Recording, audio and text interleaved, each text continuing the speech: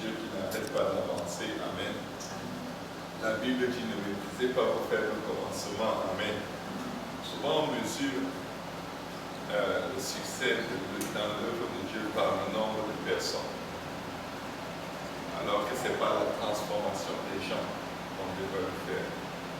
C'est par le changement que Dieu a opéré dans leur vie qu'on devrait le faire. Amen. Nous devons mesurer notre vie chrétienne par la différence entre ce que j'étais et ce que je suis devenu. Amen. Parce que si après Christ, on est les mêmes, c'est comme si Christ est mort pour rien. Amen. Et nous savons qu'il n'est pas mort pour rien. Amen. Et la Bible déclare que celui qui a commencé une bonne œuvre en nous l'amènera jusqu'à son terme. Amen. Nous sommes donc venus partager la parole de celui-là. Nous anticipons des grandes choses que Dieu va faire. Nous anticipons ces jours-là où il n'y aura pas assez de place pour accueillir tous ceux qui ont faim et soif de la justice de Dieu. Et le Seigneur élargira les lieux. Amen. Gloire au nom de Jésus. Nous allons chanter un cantique pour adorer le Seigneur. Et ensuite, nous allons passer à la parole. Il a promis d'être avec nous. Je m'accroche à lui, je m'accroche à lui. Il a promis d'être avec nous. Sa fidélité durera toujours.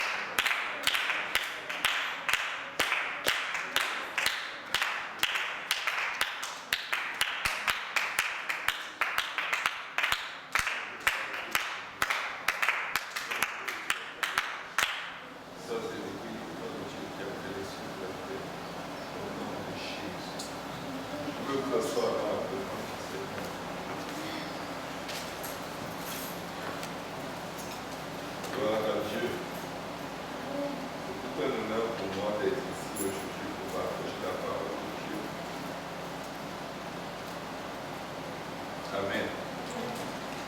C'est un honneur pour moi parce que prêcher la parole, que tu sois enseignant, que tu sois prédicateur, que tu sois évangéliste, dispenser la parole de Dieu, c'est la meilleure chose à faire sur la face de la terre. De tout ce que Dieu a disposé comme occupation pour les hommes sur la terre, la seule occupation dont il parle avec une telle importance, c'est l'occupation de dispenser la parole de Dieu. Il dit quel est le serviteur fidèle que son maître, en revenant, trouve faisant ainsi. Faisant quoi? Préparant la parole et la dispensant à ses frères. Il dit, je vous le dis, le maître de cet homme l'établira sur tous ses pieds. Amen. Nous ne connaissons pas toujours la puissance, la force de chaque parole qui sort de la bouche du Seigneur. Mais la Bible nous dit que sa parole ne sort pas et retourne à lui sans avoir accompli. Amen. Le but pour lequel la parole a été dispensée. Amen. Ça veut dire que quand Dieu dit qu'il va faire quelque chose, c'est déjà dit. C'est déjà dit. Il va le faire. Amen. Il va le faire. Dès qu'on met tous les paramètres en jeu pour que la parole de Dieu s'accomplisse, elle s'accomplit, rien ne peut l'arrêter. Amen. Mais Dieu se réserve toujours, chaque fois qu'il donne sa parole, un espace où il attend notre réaction par rapport à sa parole. Il a dit, par exemple, aux enfants d'Israël qu'ils allaient conquérir Jéricho. Il a envoyé 12 princes explorer le pays. Leur réaction par rapport à la parole de Dieu n'était pas celle que Dieu attendait d'eux. Il y a la parole qui est scellée dans les cieux, qui va s'accomplir. Amen. Et il y a la réaction de l'homme à qui la parole est adressée, qui doit s'aligner avec ce que la parole dit pour qu'elle s'accomplisse telle que Dieu l'a dit. Amen. Et je vais vous dire une chose, quand notre réaction s'oppose à l'accomplissement de la parole va certainement toujours s'accomplir, mais peut-être nous serons enlevés. Quand nous lisons l'histoire des 4 lépreux qui étaient hors de la ville, le Seigneur avait dit la veille par la bouche de son prophète, demeure dans ce pays où les gens vendaient les fientes de pigeons à des prix exorbitants. Il dit demeure. En fait, pour paraphraser, il y aura tellement d'abondance. Il y aura tellement d'abondance dans ce pays. Il y aura tellement de nourriture que ce sera à peine si on pourra encore vendre la nourriture. Il y en aura tellement que ce sera extrêmement peu coûteux. Alors qu'ils étaient arrivés à un endroit où la famine avait tellement secoué le pays que des femmes faisaient cuire leurs enfants pour les manger. La parole de l'Éternel est venue au milieu d'une situation aussi extrême que celle-là. Amen. Et regardez ce qui est arrivé. La parole de l'Éternel est venue, mais celui à qui le roi avait confié la garde de la porte dit: quand bien même Dieu ouvrirait les portes du ciel. Vous vous imaginez à quel point les gens rejettent la parole de Dieu. Non seulement ils rejettent la parole de Dieu, mais ils défient Dieu pour dire à quel point ce que Dieu dit n'est pas possible. Mais tout ce que Dieu dit, il va le faire. Et le prophète lui a répondu: cela va arriver, mais toi, tu n'en profiteras pas. Ce n'est pas juste de l'incrédulité quand on refuse de croire à la parole de Dieu. C'est un défi, c'est un challenge, c'est un blasphème.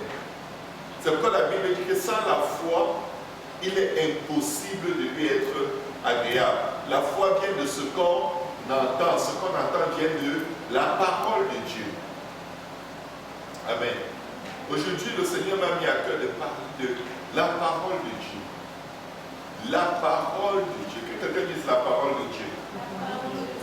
La parole de Dieu est une épée à double tranchant. Amen. Elle est très efficace, plus tranchante qu'une épée quelconque, à double tranchant, capable de séparer l'âme de l'esprit. Amen. La parole de Dieu est vivante. La parole de Dieu est puissante. Amen. La Bible dit que nous fait comprendre que Dieu a inspiré des hommes pour qu'ils écrivent sa parole et que nous puissions la voir sous forme écrite. Les premiers chrétiens, en dehors des livres de Moïse, de la Pentateuque, les 5 livres de Moïse et des écrits des prophètes, ils n'avaient rien et ils ne l'avaient pas de sorte qu'ils pouvaient rentrer avec elle chez eux. Il fallait qu'ils viennent dans la maison de Dieu, qu'on leur lise ce que la parole de Dieu dit, qu'ils enregistrent dans leur tête et ils devaient se débrouiller à s'en sortir avec la parole qu'ils ont entendue. S'ils écoutaient la parole et ils la négligeaient, c'était fini pour eux. Nous, Dieu nous a accordé le privilège d'avoir sa parole écrite à laquelle nous pouvons nous référer encore et encore et encore quand le doute vient frapper à la porte. Nous sommes une génération couverte de la grâce de Dieu, couverte de sa compassion, couverte des meilleures dispensations possibles et imaginables que Dieu ait jamais apporté à l'homme afin que l'homme croit facilement en lui et marche dans ses voies. Dieu veut notre attention. Dieu veut que nous croyions ce qu'il dit, quand bien même les choses se rassemblent pour donner l'impression du contraire de ce que Dieu a dit. Dieu désire que nous croyions en sa parole. Amen. Dieu désire que nous croyions en sa parole. La Bible est en tout point la parole de Dieu. Elle ne contient pas seulement une partie de sa parole, comme le pensent certains de ceux qui l'étudient. Chaque passage de l'Écriture a été inspiré par Dieu. La Bible nous dit clairement dans 2 Timothée 3, verset 16, toute Écriture est inspirée de Dieu et utile pour enseigner, pour convaincre, pour corriger, pour instruire comment? Dans la justice. Amen. Pour instruire dans la justice, pour nous montrer comment nous devons marcher. Amen.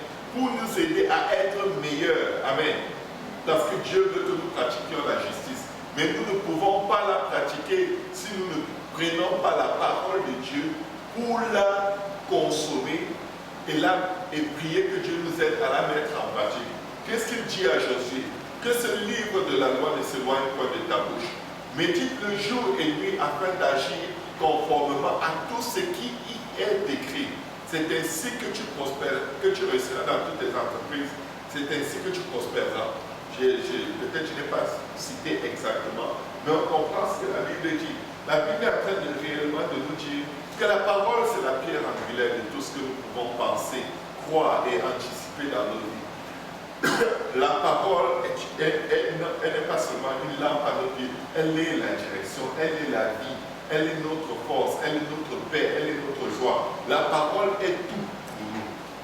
Amen. On ne peut pas avoir mieux que la parole. Quand une situation arrive, il faut prononcer la parole de Dieu sur cette situation. Et je vais vous dire une chose. Quand bien même cette situation viendrait des forces du mal les plus élevées qui ait jamais été créées, ces forces du mal doivent fléchir devant la parole parce que la parole était au commencement, elle était avec Dieu et elle était Dieu. La parole a été manifestée dans la chair. Et la parole s'est présentée sous un nom. La Bible dit dans Acte 4, verset 12, il n'y a de salut à aucun autre, car il n'y a sous le ciel aucun autre nom qui ait été donné parmi les hommes par lequel nous devions être sauvés. Et ce nom que porte la parole, c'est le nom de Jésus. La Bible dit que quiconque invoquera le nom du Seigneur sera sauvé. Parce que quand tu dis au nom de Jésus, tu es en train en fait de libérer tout ce que la Bible dit par rapport à cette situation. Au nom de Jésus n'est pas juste un nom que tu prononces qui va faire peur à l'ennemi. Mais quand tu dis au nom de Jésus, tu dis au nom de la parole. Au nom de tout ce que Dieu a dit concernant cette situation. Et devine quoi? La parole appelle à l'existence les choses qui ne sont pas et elles paraissent. Au commencement était la parole. Et Dieu dit. La parole s'est simplement libérée dans l'univers, dans l'atmosphère, dans le vide. Et les choses, les éléments visibles et invisibles ont paru, ont pris existence. Amen. Et la parole a donné la vie. Amen. Amen. Bien qu'écrite par la main de l'homme, la Bible fut dictée par la main de Dieu. 2 Pierre, verset 1, 21 nous dit, car ce n'est pas par la volonté d'homme, par une volonté d'homme, qu'une prophétie ou alors une parole. La prophétie, c'est la parole parlée, prononcée. Amen. Qu'une prophétie a jamais été apportée, mais c'est poussé par le Saint-Esprit que les hommes ont parlé de la part de Dieu. Amen. Donc, quand Dieu dit quelque chose, il faut arrêter de promener des regards inquiets à demander comment cela arrivera-t-il. Parce que, vous savez, moi, en ce qui me concerne, quand je commence à réfléchir et à calculer, je suis perdu. L'incrédulité réussit à trouver une faille. Mais nous voulons rentrer à l'état des petits-enfants. Le Seigneur dit, si vous ne venez pas à moi comme des petits-enfants, vous n'entrerez pas dans le royaume des cieux. Pourquoi? Quand vous donnez votre parole à un petit enfant, il prend votre parole. Il ne prend pas vos moyens. Il ne prend pas vos habiletés. Il prend votre parole. Pourquoi? Il vous fait confiance. Amen. Il vous fait confiance. Il ne te demande pas est-ce que tu travailles pour avoir l'argent, pour me donner ce que tu as et que tu vas me donner. Non. Tu as besoin d'argent. Dieu dit demandez et il vous sera donné. Tu dis Seigneur, s'il te plaît, donne-moi un emploi pour que je puisse avoir l'argent. Dieu dit c'est pas ça. Tu as besoin d'argent. Demande l'argent. S'il veut utiliser un emploi pour te le donner, ça c'est à lui. Mais la Bible dit faites connaître vos besoins à Dieu. Vous savez pourquoi quand quelqu'un a besoin d'argent, il va demander un emploi et il croit que c'est une bonne prière. C'est parce qu'il veut être indépendant de Dieu. Il ne veut plus venir lui demander des choses. Donc il demande à Dieu le moyen de ne plus venir tout le temps lui demander. Mais Dieu veut que nous demandions. Dieu veut que nous soyons tout le temps à ses pieds. Et c'est pourquoi il permet toutes sortes de circonstances, favorables ou difficiles, pour nous ramener toujours à ses pieds. Je ne veux pas être indépendant de Dieu. Je veux être toujours en train de demander à Dieu. Je vais être toujours en train de parler à Dieu, de lui exposer mon cœur. Pourquoi est-ce qu'il y a des besoins dans nos vies? Pourquoi est-ce que Dieu ne nous a pas tout simplement créé de sorte qu'on n'ait aucun besoin, que tout soit juste là? Si on n'a aucun besoin, on ne va pas aller avec Dieu. On n'aura aucune relation avec Dieu. Le besoin est orchestré par Dieu. C'est pourquoi il dit, ne vous inquiétez de rien, mais faites connaître vos besoins à Dieu par des prières et des supplications avec action de grâce. Et la paix de Dieu qui surpasse toute intelligence gardera vos cœurs et vos pensées en Jésus-Christ. Est-ce que vous réalisez ce que la Bible est en train de dire? La Bible dit que ton besoin est là pour garder tes pensées sur Jésus. Parce que si tu n'as pas de besoin, tu ne penseras pas à Jésus. La Bible dit, faites connaître vos besoins à Dieu par des prières et des supplications avec action de grâce. Et la paix de Dieu qui surpassera toute intelligence vous donnera ce que vous avez demandé. Non. Amen. Je crois que c'est dans Colossiens.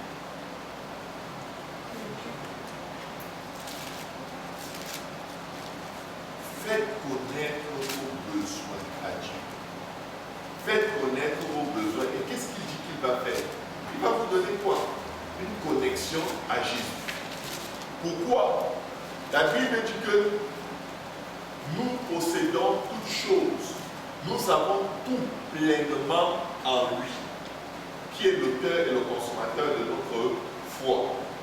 Les besoins sont là pour stimuler la foi. C'est dans quel passage? C'est Philippiens 4, verset 6.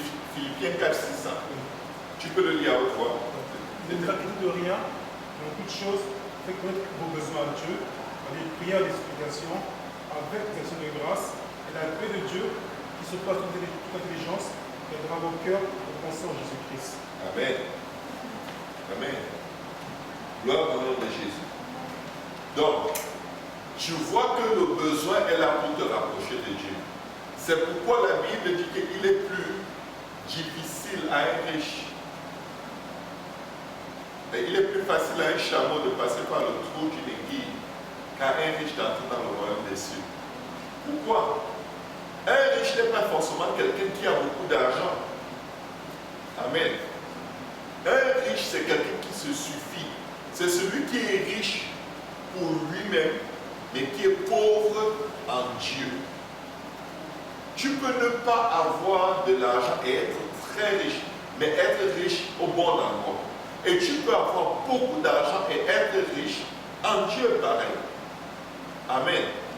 Le roi David n'était pas pauvre, mais il était riche en Dieu. Amen.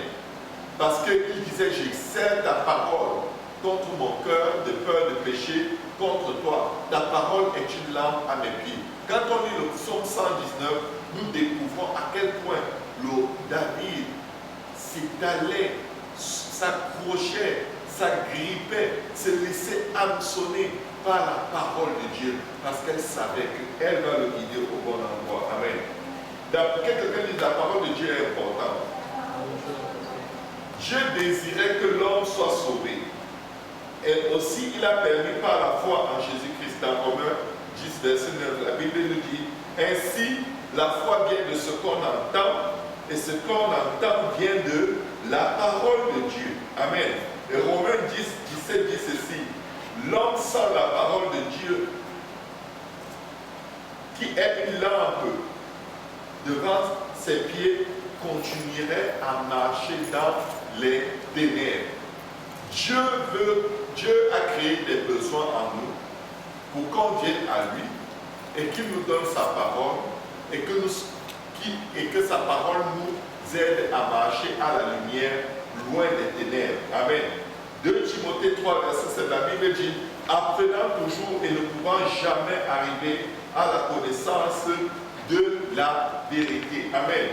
L'homme doit avoir la parole de Dieu comme elle est rapportée dans la Bible pour le conduire à la foi par l'évangile de Jésus-Christ qui est essentiel au salut. Amen. En plus de la croyance et de l'obéissance à la parole de Dieu qui est l'évangile, amen, La Bible est aussi une route essentielle. La parole de Dieu est une route essentielle pour nous conduire au ciel. Amen. Chacun doit dans sa vie rechercher à être guidé par la parole de Dieu. Amen. Paul dit à Timothée, efforce-toi de te présenter à Dieu, devant Dieu, comme un homme éprouvé. Amen. Un ouvrier qui n'a point à rougir, qui dispense droitement la parole de vérité. 2 Timothée 2, verset 15. Amen. Dieu nous a donné sa parole dans un but. Amen. Elle doit être le guide et la base de toutes nos doctrines et croyances, de toutes nos émotions, de toutes nos actions, de toutes nos omissions, de toute direction dans la vie. La parole doit nous mettre au bon endroit. Amen. Les opinions des philosophes, des chercheurs, des hommes religieux n'ont aucune valeur si elles ne s'accordent pas avec la parole. Mon opinion, ma vie, mes émotions, mes pensées n'ont aucune valeur si elles ne s'accordent pas avec la parole de Dieu. Amen. Parce que si elles ne s'accordent pas avec la parole de Dieu, elles contredisent la parole de Dieu. Et si elles contredisent la parole de Dieu et je les suis, c'est sûr que ça ne me mène pas plus près de Dieu. Ça m'éloigne de Dieu et peut m'amener à la destruction, à moins que je me répande et que je me détourne de cette mauvaise voie. Amen. Qu'est-ce qu'on apprend encore de la parole de Dieu? Satan, l'ennemi de nos âmes, l'ennemi de Dieu, pensait qu'il avait gagné la partie lorsqu'il a amené l'homme à accepter des croyances contraires à la parole de Dieu. Vous savez, la plus grande bataille de l'ennemi dans nos vies, ce n'est pas de nous tuer, c'est de nous faire croire à un mensonge. C'est de nous faire croire à ce que nous ressentons. Satan va te dire, écoute ton cœur. Dieu te dit, le cœur de l'homme est tortueux et mauvais. Qui peut le connaître? Amen. Parce que la Bible te dit, maudit soit l'homme qui se confie en l'homme. C'est-à-dire que quand tu mets ta confiance même en toi-même, c'est une source de trouble et de malédiction. Nous devons mettre notre confiance en Dieu. Amen. Gloire au nom de Jésus. Lorsque on étudie les doctrines, la parole de Dieu, ou les voies de Dieu à la lumière des Saintes Écritures, on se rend compte facilement de ce que Satan dit qui est faux, ou alors de ce qui peut nous être prêché qui est totalement faux. Satan est un menteur et le père du mensonge. Donc quand il ouvre la bouche, tout ce qu'il veut faire, tout ce qu'il a l'intention de faire, l'endroit où il veut nous amener, c'est dans le mensonge. Parce que le mensonge est une œuvre des ténèbres. Amen. En obéissant au plan du salut, par exemple, l'homme peut avoir la vie éternelle et avoir part à l'éternité au ciel avec Dieu, s'il suit la parole de Dieu. Amen. Amen. S'il ne suit pas le plan du salut, l'homme continuera dans le péché et recevra la rétribution du péché qui est la mort, l'enfer. Romains 6, 23 et Apocalypse 20, verset 14. Amen. Bien que la Bible ait été écrite depuis des siècles, Dieu a conservé, Romains 6, 23 et Apocalypse 20, 14. Dieu a conservé sa parole. Le livre le plus combattu sur la face de la terre, ce n'est pas le Coran. Ce n'est pas le livre des bouddhistes. Le livre le plus combattu sur la face de la terre, depuis que l'homme existe, c'est le livre qui porte la parole de Dieu. Il n'y a pas eu de croisade où on brûlait les Corans. Mais il y a eu des croisades où on brûlait les Bibles. Il y a eu des croisades contre la parole. La parole a été combattue. Elle a été déformée. Elle a été twistée, comme on dit en franc-anglais au Québec. Mais vous savez quoi? Dieu veille sur sa parole. Sa parole prévaut toujours. Amen. nous pouvons nous fier à la Bible parce qu'elle est restée la même de génération en génération. Et nous pouvons croire que cette Bible contient les paroles de la vie éternelle. Satan a essayé de détruire la Bible au cours des siècles, mais il n'y est pas arrivé. N'ayant pas eu de succès de ce côté, il essaye de la détruire en la confiant aux hommes qui ne vont pas la prêcher telle qu'elle est. Amen. Mais toute accusation, tout ouvrier d'iniquité que l'ennemi va utiliser pour déformer sa parole et prêcher de fausses doctrines ne prévaudront pas. Parce que la vérité, elle est vraie par elle-même. Amen.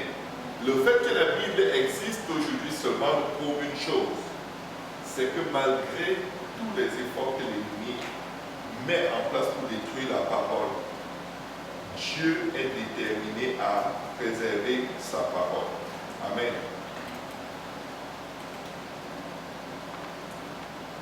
La parole de Dieu est vivante. Elle est efficace. Elle a été éprouvée. Et la parole de Dieu marche. Amen. La parole de Dieu marche. Jésus de Nazareth n'avait pas d'argent. Il n'avait pas d'armes. Il n'avait pas d'armée. Mais, jusqu'à la parole, il a conquis plus de nations sur la face de la terre que Napoléon, que Alexandre le Grand, que Hitler, que tous les grands qui ont dominé sur la face de la terre. Jésus a conquis plus de territoires sur la face de la terre que Nebuchadnezzar. La parole est très puissante. Rien ne peut arrêter la parole. Rien ne peut se tenir contre elle. C'est la parole de Dieu. Elle est incomparable. Amen. Elle est vivante. Elle est puissante.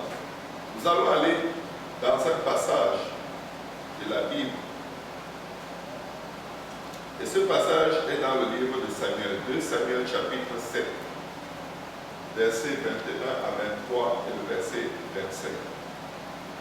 David dit, à cause de ta parole et selon ton cœur, tu as fait toutes ces grandes choses pour révéler à ton serviteur que tu es donc grand, éternel Dieu, car nul n'est semblable à toi, et il n'y a point d'autre Dieu que toi, d'après tout ce que nous avons entendu de nos oreilles.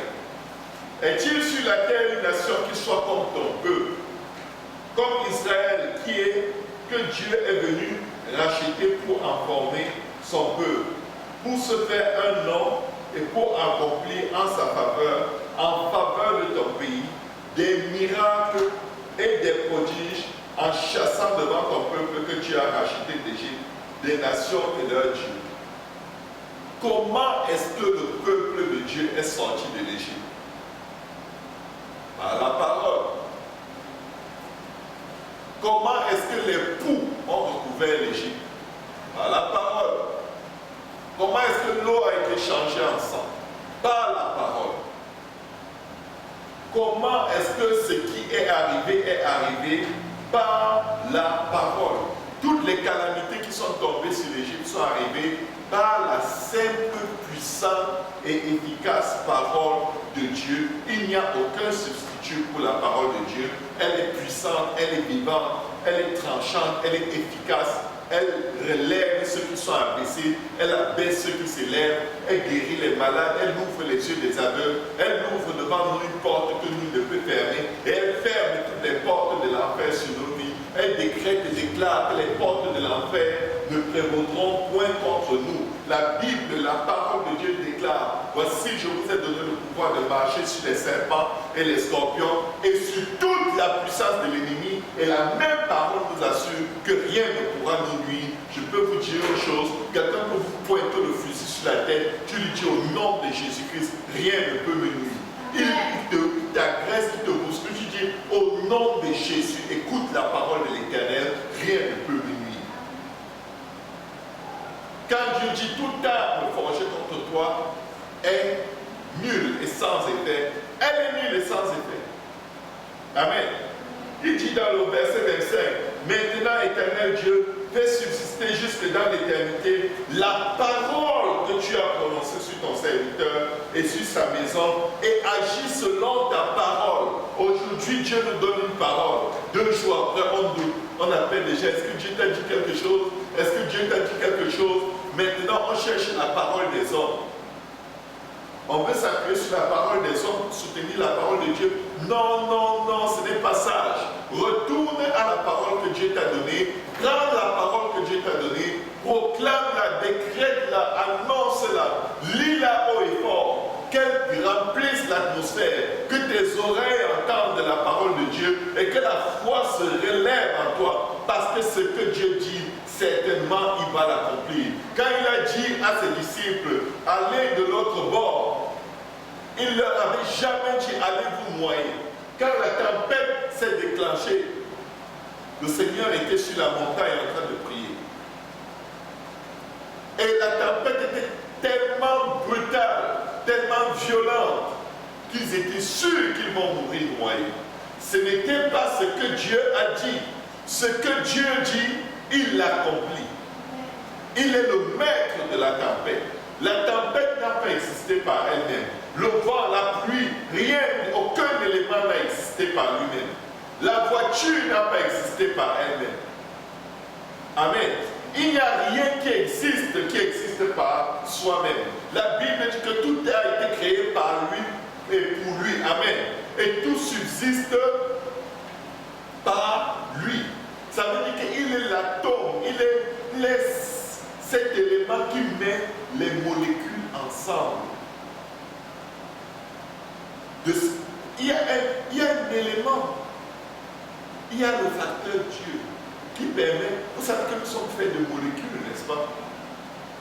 On va au microscope avec un prélèvement de votre peau, on se rend compte que c'est des milliards et des milliards de molécules qui sont rattachés ensemble par d'autres milliards et milliards de molécules qui ont aussi une taille moléculaire. Vous savez quoi? S'il n'y a pas Dieu, tout se désintègre. Parce que tout ce qui est formé par Dieu. C'est sa parole qui tient toutes cellules de nos corps et même les atomes des cellules de nos corps ensemble. C'est la parole de Dieu. Amen. Le psaume 119, je vais dire le verset 9, 11, 14, 16 à 17, 19, 29, 28, 31, 48, 84, 93 et 94. Et je vais juste citer rapidement quelques versets de la parole. Comment le jeune homme rendra-t-il pur son sentier? Tu as besoin de pureté, tu as besoin de changer, tu veux que ton cœur change. La Bible te dit en se dirigeant d'après ta parole, pas en se dirigeant d'après ta sagesse. Fais ce que la parole te dit, ton sentier sera pur. Je serre ta parole dans mon cœur afin de ne pas pécher contre toi. Si tu ne serres pas la parole de Dieu dans ton cœur, peu importe les efforts que tu peux faire, si ce n'est pas la parole à laquelle tu t'accroches, tu vas pécher contre Dieu. Il n'y a pas de possibilité de ne pas pécher sans la parole. Dès qu'il y en a une parole qui nous amène à nous ressaisir, on va pécher. C'est sûr. Il y a, Dieu le dit. Comment je sais ta parole dans mon cœur afin de ne pas pécher contre toi. La parole doit rentrer dans nos cœurs. Pourquoi? Parce que c'est le centre de nos émotions. Et ce sont nos émotions qui nous poussent à agir d'une manière ou d'une autre. Mais la Bible dit, si le jeune homme peut juste remplir son cœur de la parole et la garder, la tenir à ce que cette parole reste dans la mise en pratique de chacune de ses actions, il ne va pas pécher contre Dieu. Amen. Il dit, je me réjouis en suivant tes préceptes, comme si je possédais tous les trésors. Pourquoi il reconnaissait? Il n'y a rien de plus précieux que la parole de Dieu. Elle vaut plus que tous les trésors de la terre. C'est pourquoi il se réjouissait en obéissant à la parole de Dieu. Ce n'était pas un fardeau, ce n'était pas une douleur, ce n'était pas un supplice. Amen. Il dit, je fais mes délices de tes statuts, je n'oublie point ta parole. Amen. Je fais mes délices de tes statuts, je n'oublie point ta parole. Fais du bien à ton serviteur pour que je vive et que j'observe quoi? Ta parole. La raison pour laquelle nous vivons, c'est pour observer la parole de Dieu afin que, à travers notre lumière, la Bible dit que notre lumière luise et que le monde voit, que notre observation de la parole de Dieu paraisse devant tout le monde. Parce que si nous n'observons pas sa parole, le monde ne peut pas voir Dieu. Nous sommes la lumière du monde. Amen. C'est nous qui éclairons en fait le chemin du monde. Parce que notre façon de vivre leur fait voir la différence. Vous savez, dans les ténèbres, on ne fait aucune différence. Mais dès qu'il y a la lumière, il y a une différence. Mais il ne peut pas avoir de lumière sans la parole. Parce que sa parole est une lampe à nos pieds, une lumière sur notre sentier. Quand nous observons la parole de Dieu, ça nous sanctifie. C'est-à-dire ça nous met à part. Ça crée une différence qui est visible. Et quand cette différence est visible, on reconnaît ça, c'est le serviteur de Dieu. Voilà le chemin qu'il faut suivre. Amen. Fais du bien à ton serviteur pour que je vive et que j'observe ta parole. Je suis un étranger sur la terre, ne me cache pas tes commandements. Il est en train de dire à Dieu, tu sais quoi, il y a trop de choses qu'il ne faut pas faire sur la terre. S'il te plaît, donne-moi ta parole pour que je sache quoi faire et quoi ne pas faire. Je n'ai que ta parole pour me guider. La terre est un monde étrange pour moi. Je suis un étranger sur la terre. Il y a trop de pièges sur la terre. C'est comme un champ de guerre couvert de mines, mais enfoui sous la poussière. Tu es un étranger sur ce champ de mines. Tu vas éventuellement mettre ton pied sur une mine. Elle va exploser et t'arracher la jambe. Et qu'est-ce qu'il dit pour ne pas poser son pied sur cette mine, sur ce monde inconnu, ténébreux? Il dit, ne me cache pas tes commandements. Parce que tes commandements, c'est le GPS de ma vie. C'est le guide avec précision pour ne pas mettre les pieds au mauvais endroit. Il dit, décharge-moi de l'opprobre et du mépris, car j'observe tes préceptes. Nous pouvons passer à travers toutes sortes d'humiliations. Nous pouvons passer à travers toutes sortes de rejets. Les gens peuvent nous détester. Mais nous pouvons nous appuyer sur Dieu. Parce que ces choses nous arrivent alors que nous avons les voies de Dieu. Amen. Si ces choses nous arrivent, quand nous sommes loin des voies de Dieu, généralement on a honte d'aller vers Dieu qui nous élève. Amen. Mais ici, il s'appuie sur Dieu parce qu'il rappelle à Dieu, moi je marche dans tes voies. Ne me laisse pas dans l'humiliation de corps. Mon âme pleure de chagrin, relève-moi selon ta parole. Ici, le verset biblique vient nous dire, le verset 48 vient nous montrer que,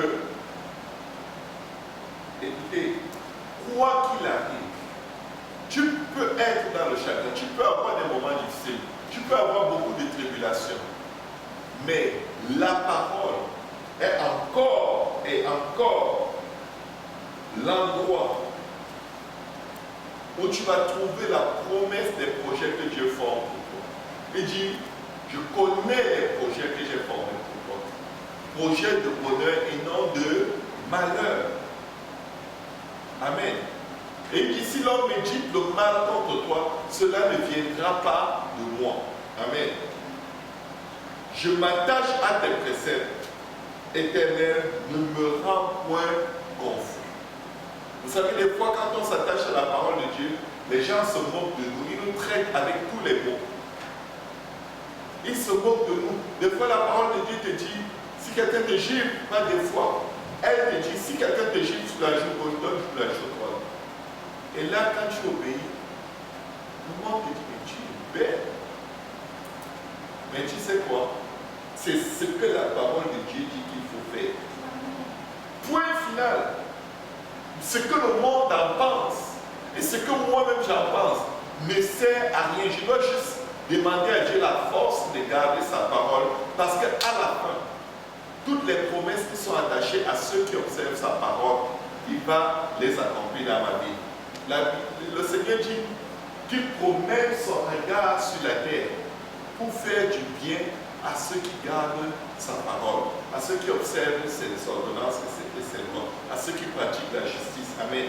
Les yeux du Seigneur se promènent sur la face de la terre tous les jours.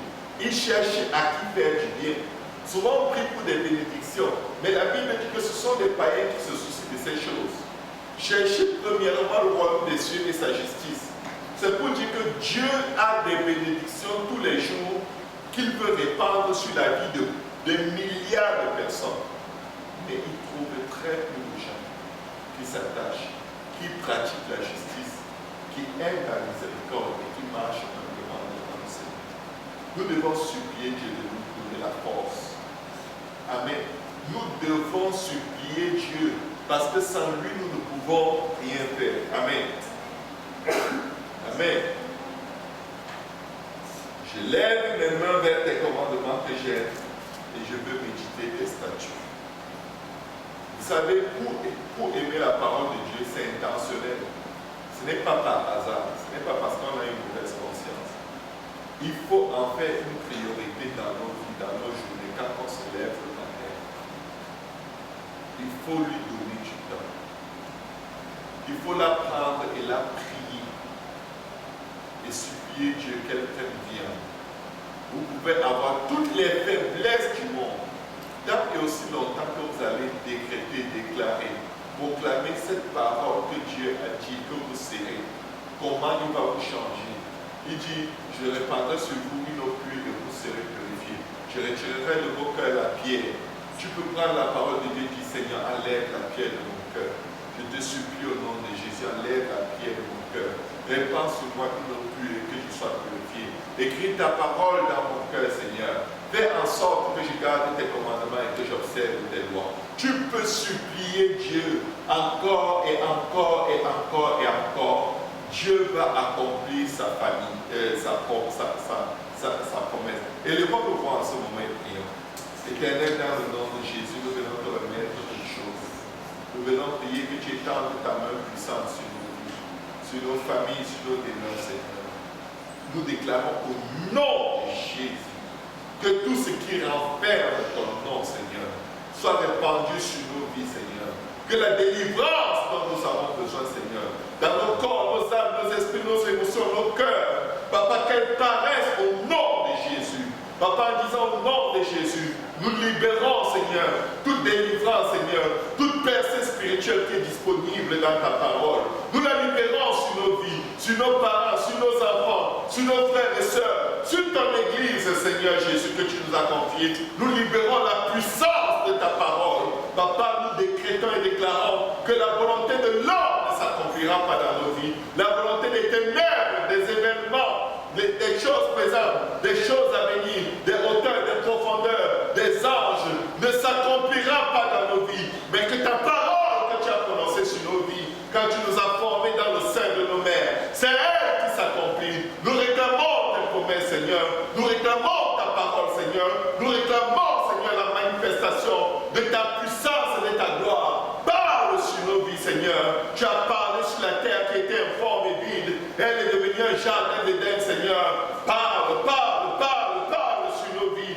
Aide-nous, Seigneur, ouvrir nos cœurs, nos pensées, Seigneur, nos âmes, afin que ta parole vienne, Seigneur, et nous change d'informe et vide, Seigneur, d'un gâchis que nous sommes à un paradis, Seigneur, une cité de refuge pour les âmes perdues, Seigneur. Papa, nous sommes ton jardin. Cultive-nous, Seigneur. Envoie ta parole, Seigneur. Qu'elle nous guérisse, Seigneur. Qu'elle nous délivre de nos péchés, de nos iniquités. Qu'elle affermisse nos cœurs et nos reins. Qu'elle nous aide à te faire confiance, Seigneur, et à marcher dans tes voies, Seigneur. Au nom de Jésus. Alléluia. Il dit, je n'oublierai jamais tes ordonnances, car c'est par elles que tu me rends la vie. Vous savez, si vous avez peur de la mort, allez dans la parole de Dieu. Si vous vous sentez condamné, allez chercher dans la parole de Dieu. Cherchez les versets qui correspondent à votre situation et déclarez-les sur votre vie.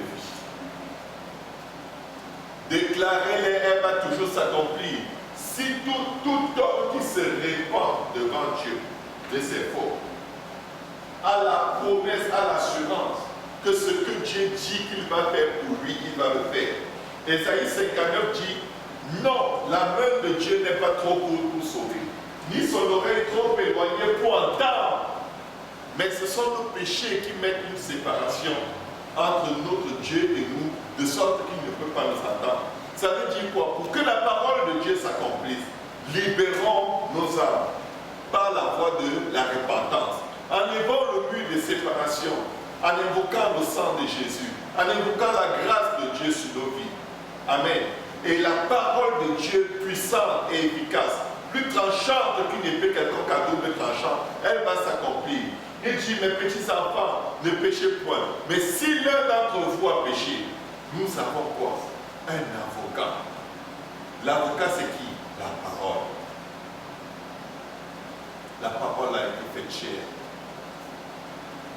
Si tu as péché, va voir la parole. Cours vers ta Bible. Cherche les Écritures. Cherche ce que Dieu dit. Aussi bien comme condamnation pour ceux qui font de telles choses et comme voie d'issue. Amen. Nous ne devons pas ignorer le jugement de Dieu. Ce n'est pas ce que la parole nous demande de faire. Mais conscient de ce que Dieu dit par rapport à ceux qui font de telles choses, nous devons courir vers le rocher que nous pouvons atteindre par nos propres forces. Parce que nous n'avons pas un souverain sacrificateur qui est indifférent à nos épreuves, à nos souffrances, à nos faiblesses. Mais en toute chose, ayant été tenté comme nous, il s'est disposé à être la parole, le pain de vie que nous pouvons consommer à chaque instant, être délivré, être guéri, être restauré. Il nous aime. La parole nous aime. Ta Bible t'aime, mais tu ne sais pas. Ta Bible t'aime. La parole de Dieu t'aime. La parole de Dieu veut t'embrasser, elle veut te consoler, elle veut te relever, elle veut te donner de la direction, elle veut te donner la lumière. Ta Bible est éprise d'amour pour toi. Mais comme tout très grand amoureux, la parole reçoit très peu d'attention. Très très peu. Et nous prions au nom de Jésus que ça change la vie. Nous voulons être plus que des addicts de la parole. Nous voulons être des passionnés de la parole.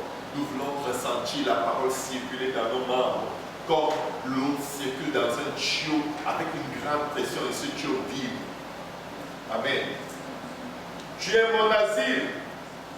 Il dit, je n'oublierai jamais tes ordonnances. C'est par elles que tu me rends la vie. Je suis à toi. Sauve-moi, car je recherche tes ordonnances. C'est le verset 94. Tant et aussi longtemps que tu sondes les Écritures, tu auras la vie éternelle en elle. Jésus disait aux Juifs, sondez les Écritures, car elles parlent de moi, moi la parole. C'est en elle que vous avez la vie éternelle. Amen. Tu es mon asile et mon bouclier, verset 114. J'espère en ta promesse. La parole de Dieu s'accomplit toujours. Elle est puissante, elle est vivante, elle est tranchante, elle est efficace, elle est notre repos, elle est notre paix, elle est notre vie. Mettons notre confiance dans la parole parce qu'elle va certainement s'accomplir. Quand Élisée a demandé une double portion de l'onction d'Élie, Élie avait fait 7 miracles pendant son ministère. Élisée en a fait 13. Mais parce que la parole de Dieu était sortie de la bouche d'Élie pour lui dire, si tu me vois monter, tu auras ce que tu demandes. Devinez ce qui est arrivé. Élisée est mort ayant fait seulement 13. 13 n'est pas le double de 7. Mais dans le tombeau, des années plus tard, on portait un homme qui est mort pour aller l'enterrer. Et alors qu'on portait cet l'ennemi envahissait le peuple d'Israël. Voyant l'ennemi venir, ils ont tout simplement pris le cadavre, ils l'ont balancé dans le tombeau d'Élie pour fuir. La Bible déclare dans le tombeau d'Élysée pour fuir. La Bible déclare que quand le cadavre a touché les os d'Élysée, l'homme s'est levé, il s'est mis à fuir avec tout le monde. L'homme est ressuscité parce que la parole de Dieu prononcée sur ta vie est attachée à tes os. La parole de Dieu, la parole que Dieu prononce sur nos vies est attachée à nos os. Pourquoi croyez-vous que le monde occulte fait beaucoup les trafics des ossements humains? Pourquoi croyez-vous que le Seigneur a amené le prophète dans la vallée des ossements desséchés? Pour prononcer quoi sur les ossements desséchés? La parole de Dieu est attachée à nos os. C'est pourquoi beaucoup de gens finissent leur vie sans accomplir la destinée que Dieu a prononcée sur eux. Tu ne vois peut-être pas les projets que Dieu a formés pour toi, mais le diable les voit et il les réclame, il les veut. Il les veut. Même tes os, le diable les veut. C'est pourquoi il y a tout un grand trafic d'ossements humains dans le monde occulte, dans plusieurs pays. Tu fouilles la tombe des défunts, tu ne trouves pas. Parce qu'à ces os, même morts, les projets que Dieu a formés pour lui sont attachés à ces os. Et ils veulent prendre ces os pour aller faire des rituels, pour transférer sur eux les grâces, les faveurs, les bénédictions que Dieu avait prophétisées, avait décrétées ou planifiées sur la vie de cette personne. Les ossements desséchés d'Élysée étaient capables de ressusciter les morts. Même tes os sont bénis. Tout ce que tu as est béni. Tout ce que tu es béni. Amen.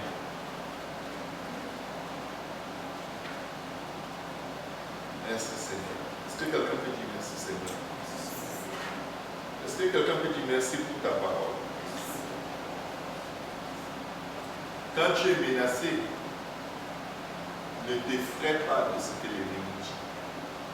Quand on déclare quelque chose contre toi et que ça te touche et que tu es comme d'âme, tourne-toi vers la parole. Va chercher ce que la parole dit et fais ce que la parole dit. Parce que c'est elle qui va s'accomplir. Amen. Nous sommes un peu tous élus.